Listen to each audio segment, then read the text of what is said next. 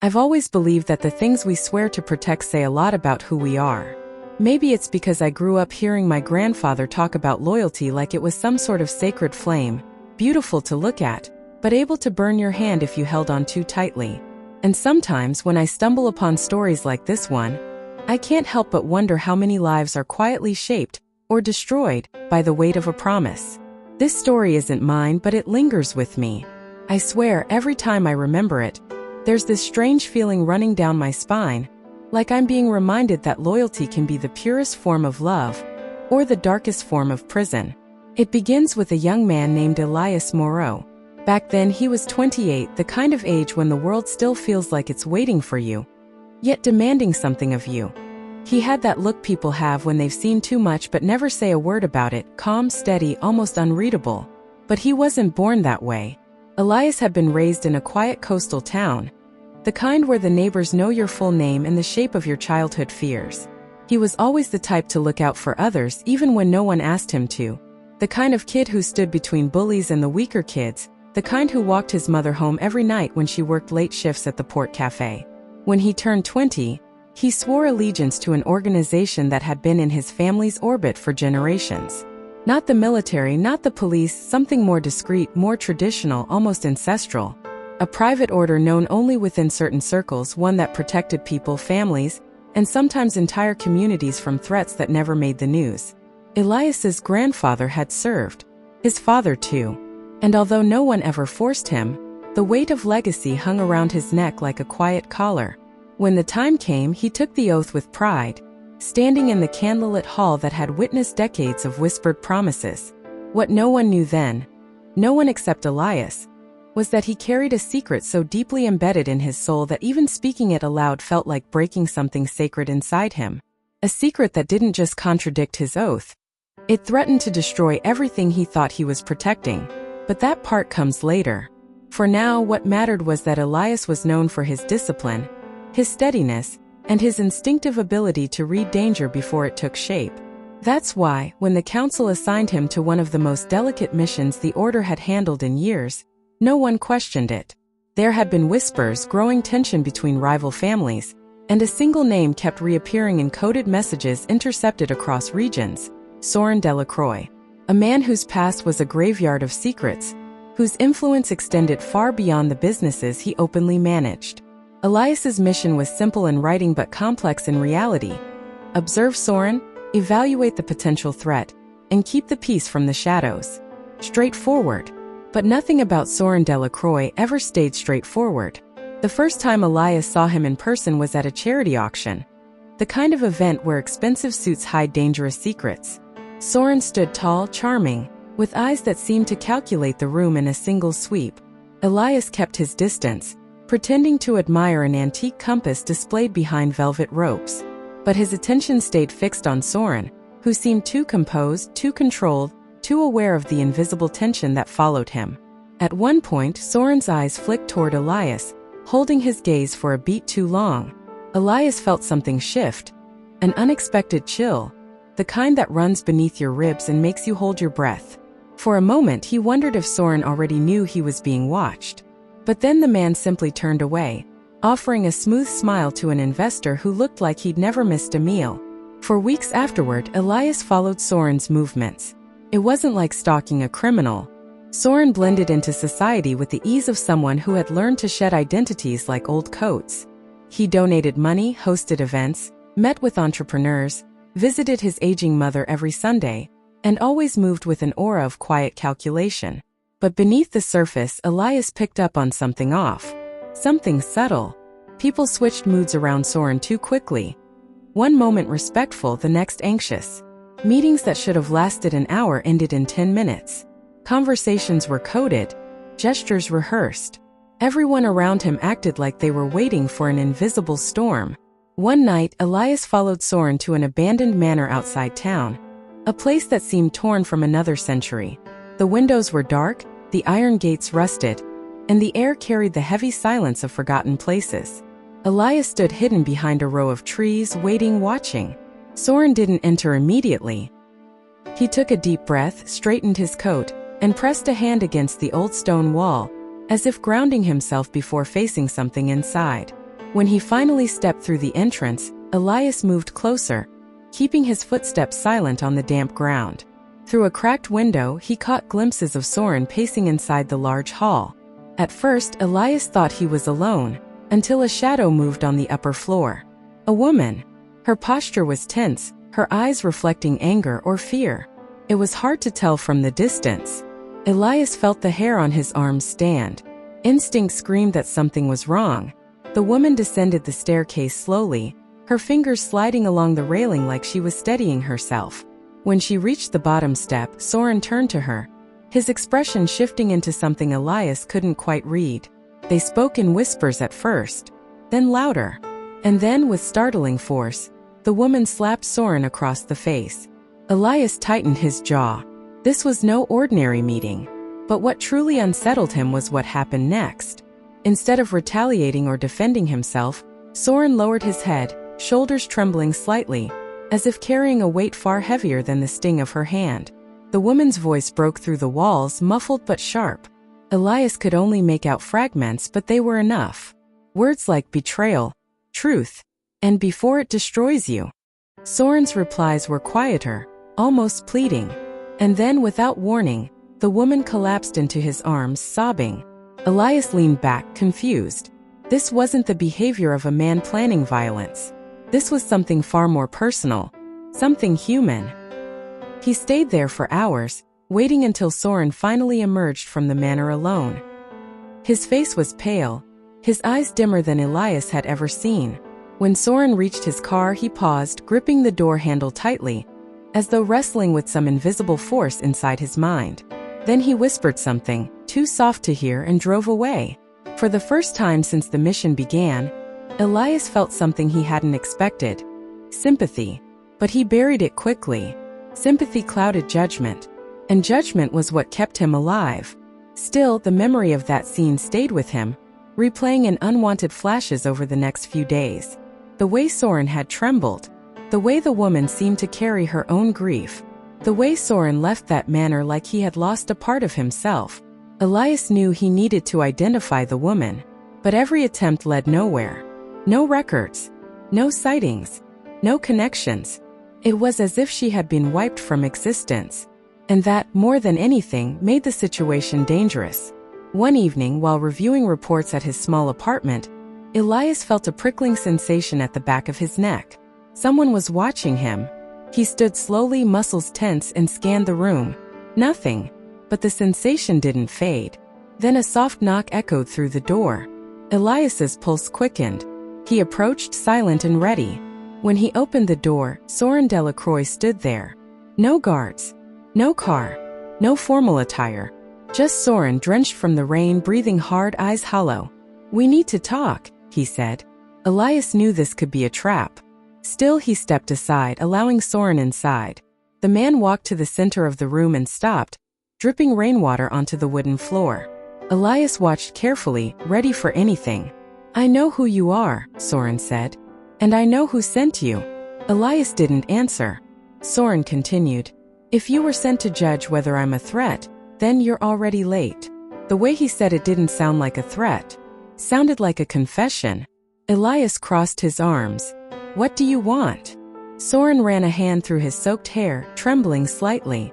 Not protection. Not mercy. Just understanding. Elias stayed silent. "Let him talk." "There's something you need to know," Soren whispered. "Something the Order won't tell you. Something about why they're really watching me." Elias felt a shift in the air. A tension cracking open. "What is it?" he asked. Soren looked up. Eyes filled with something Elias had never seen on him before, fear. Genuine fear. "Before I say anything," Soren said quietly, "you need to know that I never wanted this. And the oath I broke it for someone I couldn't betray." Elias frowned. "What oath?" Soren took a long breath. "The same oath you swore." Elias's stomach dropped. And before he could speak, Soren added, "Because I was once one of you." The room seemed to freeze. Elias felt the words slam into him with the force of a hidden truth that had been waiting in the dark. He had heard rumors of former members who disappeared, who betrayed the Order and vanished into oblivion, but no one had ever confirmed them. Until now. You're lying, Elias said, though his voice lacked conviction. Soren shook his head slowly. I wish I were. Before Elias could ask more, Soren stepped closer, lowering his voice. Your order isn't what you think it is. And if you keep following their path, you'll end up exactly where I did. Forced to choose between obedience and humanity, Elias felt a chill crawl up his spine. Something about Soren's tone, broken, trembling, exhausted, told him this wasn't manipulation. It was truth, but truth was dangerous, and Elias needed to know why. But he never expected the answer to be the very secret he had buried inside himself. A secret that connected him to Soren in ways he could never have imagined. And that was where everything began to spiral. Elias stood frozen, every instinct he had spent years sharpening suddenly clashing with something far older, fear of the truth. It wasn't fear of Soren. It was fear of what would unravel if Soren was telling the truth. Fear of the realization that the order he had sworn allegiance to might not be the guardian he believed in, but a cage disguised as legacy. How did you leave? Elias finally asked. Soren let out a bitter laugh, the kind that sounded like a wound reopening.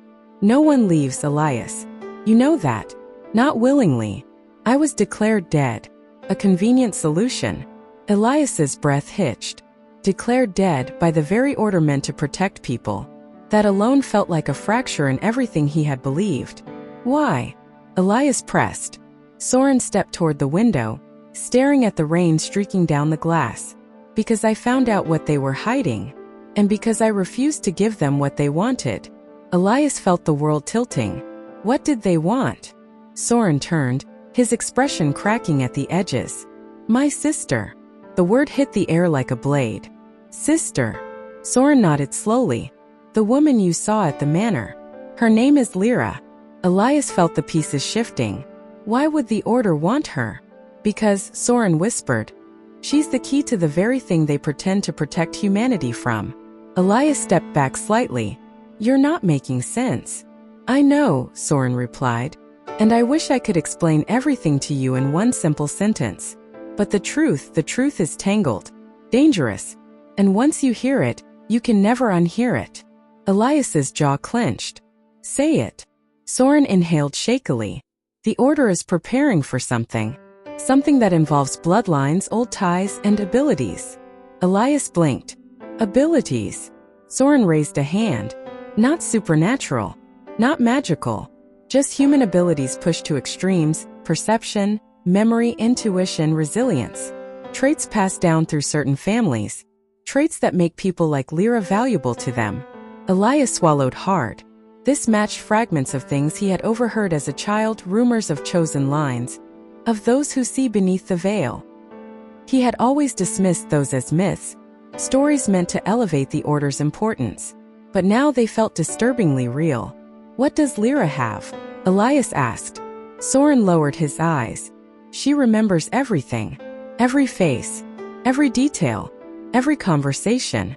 She can recall moments with perfect clarity even years later. It's like her mind was built to store truths that others forget. Elias felt a chill crawl through him.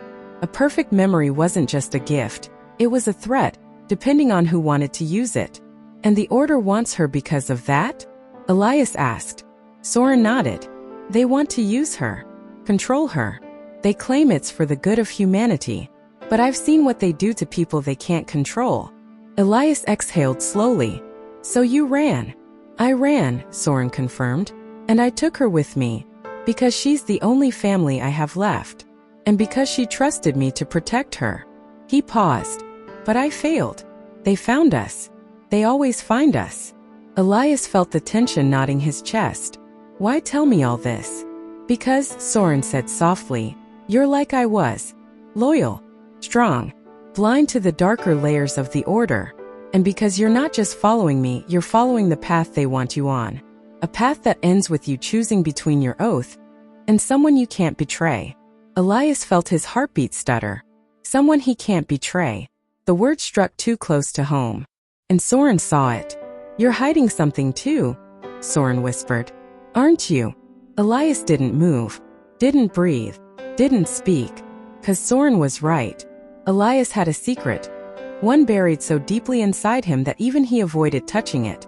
A truth he carried like a shadow stitched to his ribs. A truth about why he joined the Order, why he stayed, and why he feared what would happen if they ever discovered it. But Soren didn't push. Instead, he walked to the door. "I came here tonight to give you a choice," he said. "Not to recruit you, not to manipulate you, just to warn you." He placed a small envelope on the table. "When you open this," Soren whispered, "your life will change, and there's no returning to who you were before." Elias stared at the envelope, its crimson seal glowing faintly under the dim light. "What's in it?" he asked. Soren hesitated. "Proof. The kind of proof that shatters illusions." And then Soren added something that made Elias's pulse freeze. "It's about your mother." Silence devoured the room. Elias stepped forward. "My mother?" Soren nodded. "She wasn't just someone the Order protected. She was part of the same lineage as Lyra." Elias's chest tightened painfully. "No, that's not possible." "It is," Soren said, his voice trembling.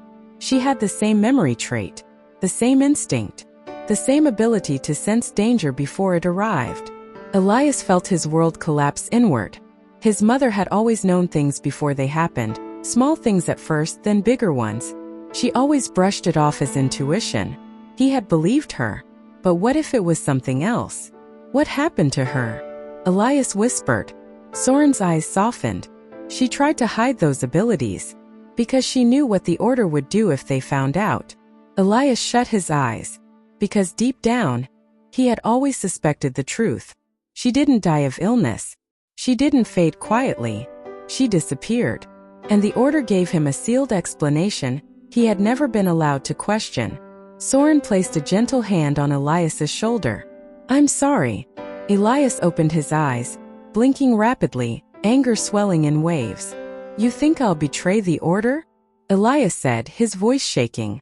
"I think," Soren replied, "that you're about to learn you were never truly serving it. You were being positioned, groomed, molded, and once you become useful enough, they will do to you what they did to your mother." Elias felt the room tilt, his breath unsteady. Soren stepped back toward the door. "When you're ready, open the envelope." Then he left. The door clicked shut. Elias stood in silence, staring at the crimson seal. He reached for it, hesitated, and then slowly tore it open. Inside was a single photograph. His mother, but younger, standing beside a symbol he recognized instantly. A private crest used only by the highest members of the Order. The kind of people Elias had never been allowed to meet. On the back of the photo was a handwritten message. "Forgive me, Elias. I couldn't let them choose your destiny." His hands trembled. He understood. His mother hadn't disappeared by accident. She ran, just like Soren, because she wanted to protect him. He sank onto the edge of the bed, the photo clutched in his shaking fingers. Memories crashed over him.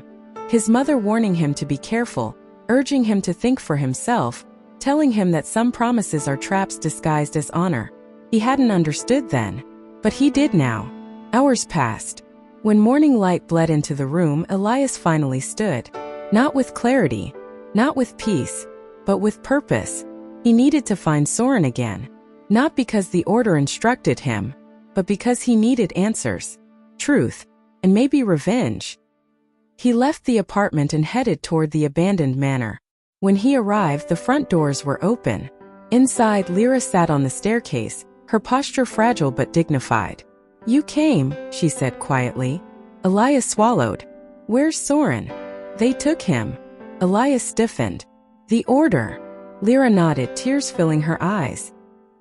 "He came back here after speaking to you. He told me he felt hope for the first time in years. And then they arrived." Elias felt his pulse surge. "Where did they take him?" She stood, stepping closer. "Before they grabbed him, he told me something. He said, 'Elias knows the way.'" Elias froze. The way. The phrase wasn't random. It was something his mother used to say. Whenever he felt lost. Whenever he doubted. Whenever he needed to make a choice. "He knows the way. He always has." Elias exhaled shakily, something inside him settling with painful clarity. "Come with me," he told Lyra. "We're getting him back." Lyra nodded, wiping her tears. And together, they walked toward a truth deeper than any oath either of them had ever sworn. A truth that would force Elias to confront the order, his past, and the identity he had been afraid to accept. A truth that ran deeper than legacy, deeper than allegiance, deeper than blood. And that truth was waiting, just beyond the threshold of everything he thought he knew. I think about Elias sometimes, how he walked into the storm not as a soldier of an ancient order, but as a man finally claiming the truth carved into his own bones. It makes me wonder how many of us are living someone else's story without realizing it, mistaking duty for destiny, mistaking silence for loyalty.